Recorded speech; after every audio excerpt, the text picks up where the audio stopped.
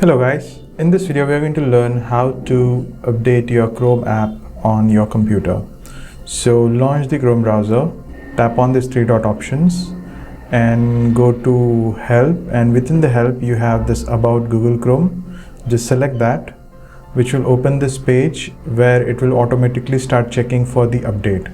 Right now you can see updating Chrome, and it is currently a version of 123 dot something.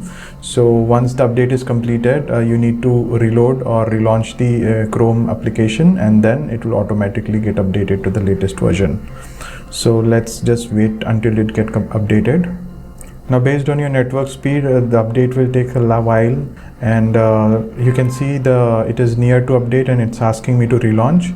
So once I select or hit on this relaunch command, the browser will be automatically installed, and then the background process will automatically update the Chrome app. So if I go back to the same three dot menu and go to help and about Chrome, earlier it was version 123, now it is 125 point something, so which means it is up to date. And you can also see this messaging here where it says Chrome is up to date. So in this way you can update your Chrome app on your computer.